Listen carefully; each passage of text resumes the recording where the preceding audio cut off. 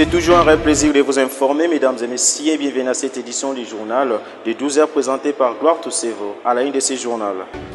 Politique, Moïse Katumbi à Kinshasa poursuivre de près l'affaire de l'assassinat de Cheribert Okende.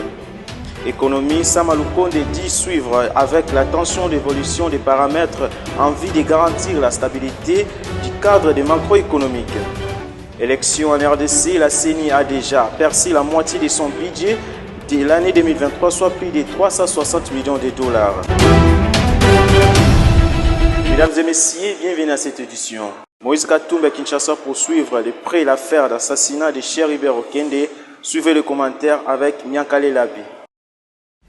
Le leader du parti Ensemble pour la République est arrivé ce dimanche à Kinshasa, capitale de la République démocratique du Congo, où a été lâchement abattu un des siens. Il a décidé de stopper son séjour en Côte d'Ivoire après avoir appris la nouvelle du dossier par assassinat du porte-parole de son parti.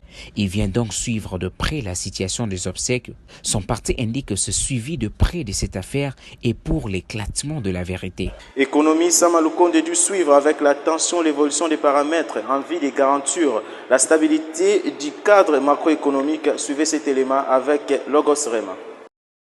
Que à chaque fois que nous allons avoir cette volonté, finalement, Cette assurance du Premier ministre Jean-Michel Samalukonde lors de la 104e réunion du Conseil des ministres tenue vendredi 14 juillet 2023.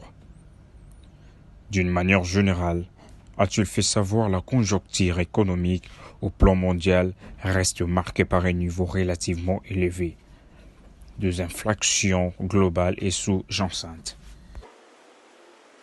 Élection en RDC, la CENI déjà a percé la moitié de son budget de l'année 2023, soit plus de 360 millions de dollars.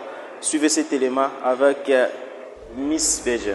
Alors que le doute persiste sur la possibilité financière des gouvernements à mettre à la disposition de la CENI le moyen pour organiser les élections en décembre prochain, le ministre de Finances Nicolas Kazadi a indiqué lundi que près de la moitié du budget annuel de la CENI a été déjà décaissé. Ce journal touche à sa fin. Nous vous remercions pour votre noble attention.